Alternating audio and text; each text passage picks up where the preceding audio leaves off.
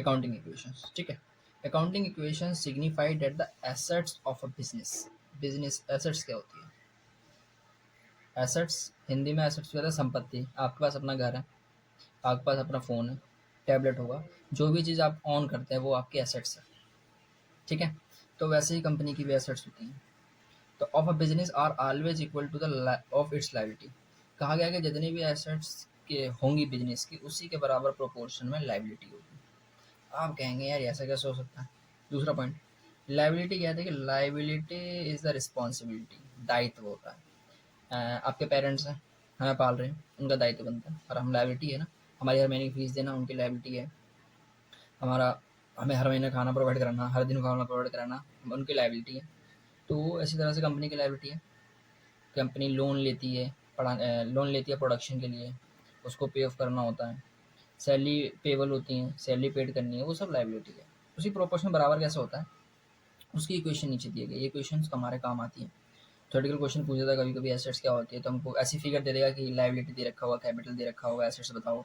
Assets दे रखा होगा, liability missing होगी, कैपिटल दे रखा होगा, लाइबिलिटी बताओ। ये क्वेश्चन होंगे। तो भाई दिया होगा A equal to liability plus capital.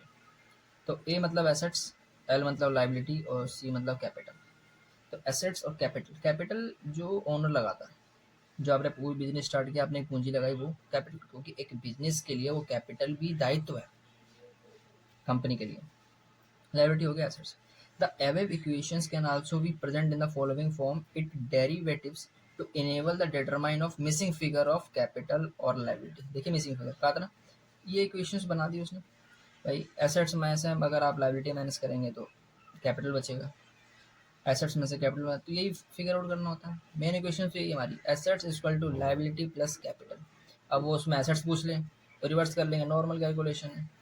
Assets equal to liability plus capital पूछ लेगा, बताया है कि कैपिटल बताओ, simple A equal to L minus C कर देंगे।